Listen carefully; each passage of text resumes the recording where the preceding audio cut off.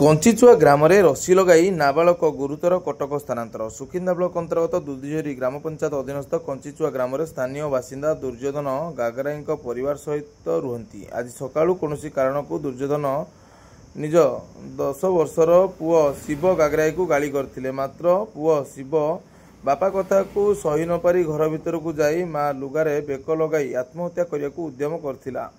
ବାପା ମାଙ୍କ ସନ୍ଦେହ ହେବାରୁ ଘର ଭିତରକୁ ଯାଇ ଏପରି ଅବସ୍ଥାରେ ଦେଖି ସଙ୍ଗେ ସଙ୍ଗେ ପୁଅ ଶିବ ବେକରୁ ଲୁଗା ଖୋଲି 108 ଆମ୍ବୁଲାନ୍ସ ଯୋଗେ ପୁଅକୁ ଗୁରୁତର ଅବସ୍ଥାରେ ସୁକିନ୍ଦା ମେଡିକାଲକୁ ନେଇ ଆସିଥିଲେ। ସେଠାରେ ପ୍ରାଥମିକ ଚିକିତ୍ସା ପରେ ଡାକ୍ତର ତାଙ୍କୁ କଟକ ସ୍ଥାନାନ୍ତରିତ କରିଛନ୍ତି।